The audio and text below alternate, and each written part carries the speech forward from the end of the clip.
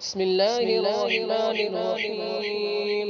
السلام علیکم ورحمۃ اللہ وبرکاتہ. الحمد للہ رب العالمین والعاقبۃ للمتقین والصلاة والسلام علی سید الانبیاء واشرف المرسلین وعلی آلہ الطیبین الطاہرین واصحابہ الہادین المہدیین. اما بعد فقد قال اللہ تبارک و تعالی فی القرآن المجید والفرقان الحمید. فاعوذ باللہ من الشیطان الرجیم. بسم اللہ الرحمن الرحیم. انما یرید اللہ لیذہب عنکم الرجس اہل البیت ویطہرکم تطہیرا. آمنت باللہ صدق اللہ مولانا العظیم وبلغنا رسوله النبی الامین المتین المکین المختار الکریم ونحن على ذلك لمن الشاہدین والحمد للہ رب العالمین.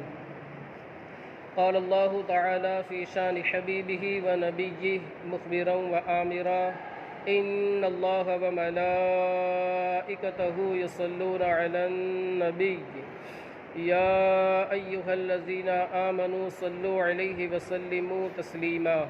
اللہم صل علی سیدنا ومولانا محمد وبارک وسلم صلاة و سلاما علیک یا رسول اللہ صلی اللہ تعالی علیہ وسلم.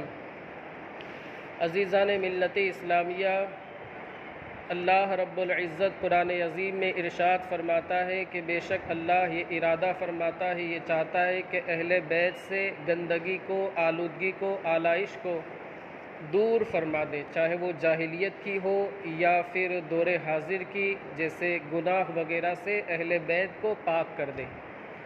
عزیزان ملت اسلامیہ، یہ حدیث پاک آپ لوگوں نے بارہا سنی ہوگی کہ اللہ کے رسول صلی اللہ علیہ وسلم ارشاد فرماتے ہیں کہ میرے بعد دو چیزوں کو تھام کر کے رکھنا، کبھی گمراہ نہیں ہوں گے. سب سے پہلی جو چیز اللہ کے رسول صلی اللہ علیہ وسلم نے بیان فرمائی وہ آپ نے ارشاد فرمایا کہ قرآن، اور ایک روایت میں ہے کہ حدیث پاک یعنی میری سنت، ان دونوں کو تھام کر کے رکھنا. اور ایک دوسری روایت میں آقا کریم صلی اللہ علیہ وسلم ارشاد فرماتے ہیں کہ دو چیزوں کو میرے بعد اگر تھام کر کے رکھو گے تو کبھی گمراہ نہیں ہوں گے، کبھی راہ حق سے نہیں بھٹکو گے. سب سے پہلی جو چیز ہے وہ قرآن عظیم ہے، اور دوسری جو چیز ہے وہ میرے اہل بیت ہے. اہل بیت کی تفصیل تو آپ حضرات نے سن ہی لی ہے کہ اہل بیت کا اطلاق کن پر ہوتا ہے اور کنہیں اہل بیت کہا جاتا ہے. وہ خوش نصیب نفوس قدسیہ کون ہیں جنہیں اہل بیت کہا جاتا ہے؟ پتہ یہ چلا کہ اگر ہمیں کامل مومن ہونا ہے، اگر ہمیں کامل مسلمان ہونا ہے تو قرآن عظیم کا بھی سہارا ہمیں لینا ہے، قرآن عظیم کی بھی اتباع کرنی ہے، رسول کریم صلی اللہ علیہ وسلم کی سنت کی بھی اتباع کرنی ہے، اور ساتھ ہی ساتھ اہل بیت اطہار کی بھی تعظیم اور ان کا ادب کرنا ہے. اگر صرف بندہ قرآن عظیم پر عمل کرتا ہے، یعنی وہ یہ عقیدہ رکھتا ہے کہ صرف قرآن میرے لیے کافی ہے، تو وہ گمراہ ہو جائے گا. اور آج کے دور میں بہت سے فرقے وجود میں آ بھی چکے ہیں. ایک فرقہ آپ لوگوں نے سنا ہوگا اہل قرآن، جسے چکڑالوی کہا جاتا ہے، وہ بھی گمراہ ہو گیا، بلکہ کفر کی حد تک وہ فرقہ پہنچ چکا ہے. کیوں؟ اس لیے کہ اس نے یہ کہا، اس کا یہ دعویٰ ہے کہ ہمارے لیے صرف قرآن کافی ہے، حدیث کی ہمیں معاذ اللہ ضرورت نہیں. اس کا کام ختم ہو گیا، وہ گمراہ ہو گیا، بلکہ کفر کی حدود میں بھی داخل ہو چکا ہے. دوسرا ایک فرقہ ہے، اس نے کہا ہمیں قرآن کی ضرورت نہیں، ہمیں صرف اور صرف حدیث کافی ہے. معاذ اللہ قرآن کا اس نے انکار کیا اس طریقے سے. وہ فرقہ بھی ظاہر سی بات ہے گمراہ ہو گیا. اس لیے کہ ہمیں اگر مسلمان ہونا ہے کامل طریقے سے، بلکہ انسان مسلمان ہو ہی نہیں سکتا جب تک کہ وہ قرآن، حدیث اور اہل بیت کے دامن کو نہ تھام لے. خیر، وہ جو فرقہ تھا اس نے کہا ہمارے لیے صرف حدیث کافی ہے، ہمیں قرآن کی ضرورت نہیں، معاذ اللہ ہمیں اہل بیت کی ضرورت نہیں. وہ فرقہ اہل حدیث ہو گیا. اسی کو آج غیر مقلد کہا جاتا ہے، بلکہ اہل حدیث تو نہیں کہنا چاہیے. کچھ لوگوں نے بہت اچھی اصطلاح ان لوگوں کے لیے بنائی ہے کہ انہیں اہل خبیث کہا جاتا ہے، کہ وہ لوگ حدیث پاک کے سب سے زیادہ منکر ہیں، سب سے زیادہ انکار کرنے والے وہی لوگ ہیں جو اپنے آپ کو صرف اور صرف حدیث کا پیروکار کہتے، قرآن عظیم کو وہ لوگ معاذ اللہ نہیں مانتے۔ تیسرے نمبر پر جو آتے ہیں وہ اہل بیت اطہار۔ ہمیں تینوں کو لے کر کے چلنا ہے، اگر ہم معاذ اللہ کسی کو چھوڑ دیتے تو پھر راہ حق سے بھٹک سکتے ہیں۔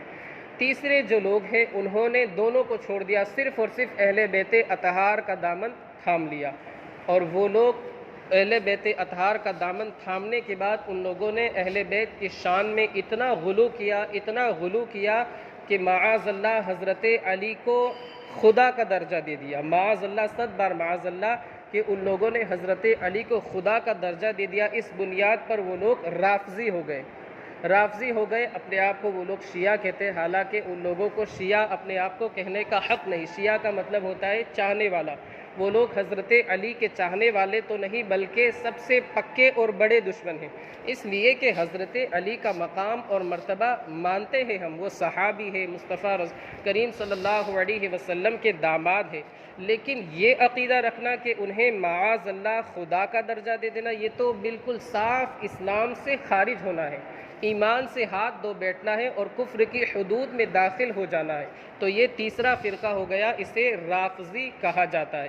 پتہ یہ چلا کہ اگر ہمیں کامل مومن بننا ہے اور گمراہیت سے بچنا ہے، بدعات خرافات وغیرہ سے بچنا ہے اور کامل مومن بننا ہے، یہ کفر کی جو آندھیاں ہیں، یہ گمراہیت کی جو آندھیاں ہیں، ان سے بچنا ہے، اور ہماری کشتی ہم چاہتے ہیں کہ بالکل صحیح و سالم منزل مقصود پر پہنچ جائے، تو ہمیں سب سے پہلے قرآن عظیم تھامنا ہوگا، پھر اللہ کے رسول صلی اللہ علیہ وسلم کی سنت مبارکہ پر عمل کرنا ہوگا، پھر اہل بیت اطہار کا دامن تھامنا ہوگا، جب جا کر کے ہم کامل مسلمان ہوں گے۔ ہم الحمدللہ اہل سنت و جماعت نے تین چیزوں کو تھاما ہے، تین چیزوں کا ہم نے سہارا لیا ہے، تینوں پر ہمارا ایمان، اعتقاد، عقیدہ، اور ہم تینوں پر ایمان رکھتے ہیں، الحمدللہ جہاں تک ہو سکتا ہے عمل بھی کرتے ہیں۔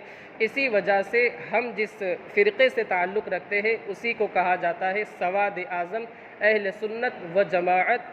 اہل سنت کا ہے بیڑا پار، اصحاب حضور نجم ہے اور ناؤ ہے عطرت رسول اللہ کی، اسی کو فرقہ ناجیہ کہا جاتا ہے۔ ناجی کا مطلب ہوتا ہے ناجیہ یعنی نجات پا جانے والا۔ آپ لوگوں نے ایک حدیث پاک سنی ہوگی، ستفترق امتی علی ثلاث و سبعین کلہم فی النار الا ملۃ واحدہ قالوا یا رسول اللہ ما ہی قال ما انا علیہ و اصحابی۔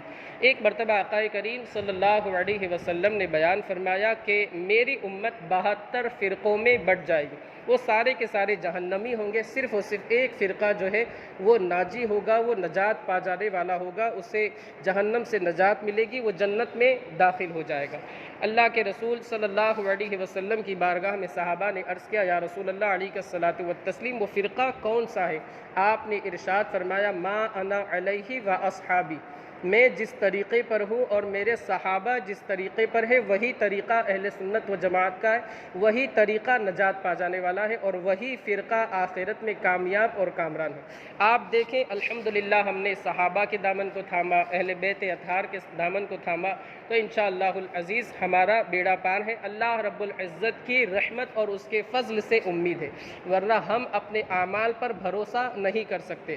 حضرت عمر کے تعلق سے آپ نے سنا ہوگا کہ کسی نے آپ کی بارگاہ میں آ کر کے کہا تھا کہ الحمدللہ ہم تو جنتی ہیں ہی، تو حضرت عمر نے انہیں ٹوک دیا اور ارشاد فرمایا کہ میں اپنے اعمال پر تکیہ، یعنی میں اپنے اعمال پر مکمل اعتماد نہیں کرتا۔ اگر اللہ رب العزت پوری کائنات میں اگر ایک شخص کو عذاب دے تو مجھے ڈر ہے کہ کہیں وہ شخص میں نہ ہوں جس پر عذاب آنے والا ہے، اور اگر یعنی اللہ کے عذاب سے میں اتنا ڈرتا ہوں، اور اللہ رب العزت پوری کائنات میں ایک شخص کو جنت عطا فرما دے تو اللہ کی رحمت سے مجھے امید ہے کہ مجھے وہ جنت عطا فرما دے گا، یعنی وہ شخص جسے جنت ملنے والی ہے، اللہ کی رحمت سے مجھے امید ہے کہ وہ جنت مجھے ملے گی۔ تو اللہ کا خوف بھی ہونا چاہیے اور اللہ کی رحمت سے با امید بھی ہونا چاہیے، نا امید نہیں ہونا چاہیے۔ خیر، میں عرض کر رہا تھا کہ ہمیں اہل بیت کا دامن بھی تھامنا ہے، قرآن عظیم کو تو ہمیں پڑھنا ہی ہے، اس کو سمجھنا ہے، اس پر الحمدللہ عمل بھی کرنا ہے، اور حدیث پاک کا بھی ہمیں سہارا لینا ہے۔ اہل بیت کی محبت کے تعلق سے روایت میں آتا ہے، تاریخ میں آتا ہے کہ امام شافعی، آپ حضرات نے نام سنا ہوگا، امام شافعی علیہ رحمت و رضوان، 4 امام جو ہیں جن کی تقلید کی جاتی ہے، پوری دنیا میں لوگ ان کی تقلید کرتے ہیں، ان کے پیروکار ہیں۔ ایک ہے امام شافعی۔ امام شافعی ان کے جو مقلد ہے یہ عرب وغیرہ میں بہت زیادہ پائے جاتے ہیں، مصر وغیرہ ایجپٹ میں زیادہ پائے جاتے ہیں۔ تو ہم لوگ جن کی تقلید کرتے ہیں وہ امام اعظم ابو حنیفہ، اسی وجہ سے ہم احناف کہلاتے ہیں۔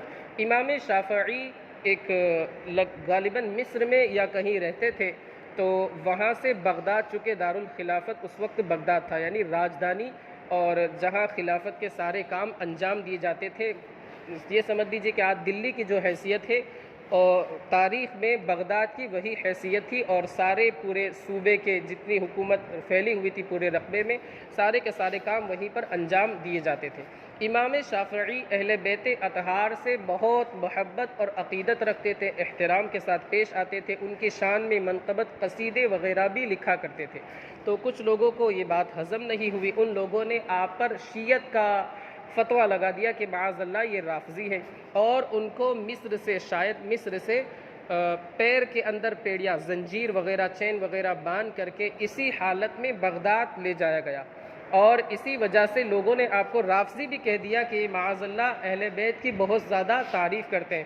تو امام شافعی نے ارشاد فرمایا، لو کان حب آل محمد رفضا، لو کان رفضا حب آل محمد فلیشہد الثقلان انی رافضی، اگر اہل بیت اطہار کی محبت، اہل بیت اطہار کی عقیدت کو دل میں بسانا، اگر اسی کا نام رافضیت ہے، اگر اہل بیت سے عقیدت رکھنے والا شخص اگر رافضی ہے، تو دونوں ثقلین یعنی انسان اور جنات کی جو مکمل پوری جماعت ہے وہ گواہ ہو جائے کہ میں سب سے پہلا رافضی ہوں۔ یعنی آپ بتانا یہ چاہتے ہیں کہ اہل بیت اطہار سے محبت اور عقیدت رکھنا یہ رفض نہیں ہے، بلکہ یہ تو مصطفیٰ کریم صلی اللہ علیہ وسلم کی تعلیمات پر عمل کرنا ہے۔ آپ نے سنی وہ حدیث پاک کہ آپ ارشاد فرماتے ہیں، مقام ابراہیم اور کعبے کے درمیان جو جگہ ہے، جو مطاف جسے کہا جاتا ہے، طواف جہاں پر کیا جاتا ہے، آپ نے ارشاد فرمایا کہ اگر بندہ یہاں کھڑا رہ کر کے نماز پڑھے، روزے رکھتا رہے، مگر اس کے دل میں میرے اہل بیت اطہار کے تعلق سے بغض ہے، عداوت ہے، دشمنی ہے، تو وہ جہنم میں جائے گا۔ تو اگر کوئی اہل بیت اطہار سے عقیدت رکھتا ہے، محبت رکھتا ہے، تو اس کا یہ مطلب نہیں کہ معاذ اللہ وہ رافضی ہے، ایسا نہیں ہے۔ ہاں اگر وہ غلو کرتا ہے اور معاذ اللہ حضرت علی کو خدا کا درجہ دے دیتا ہے تو یقیناً وہ دائرہ اسلام سے خارج ہے۔ لیکن اگر کوئی اہل بیت اطہار سے عقیدت رکھتا ہے اور جس طریقے سے ان کے بارے میں عقیدہ رکھنا چاہیے ویسا ہی عقیدہ رکھتا ہے تو وہ پکا سنی ہے، اسے آپ رافضی نہیں کہہ سکتے۔ خیر، آج کی گفتگو کا نچوڑ یہی تھا کہ ہمیں اہل بیت اطہار سے عقیدت اور محبت رکھنی چاہیے اور ان کی بارگاہ میں خراج عقیدت پیش کرتے رہنا چاہیے۔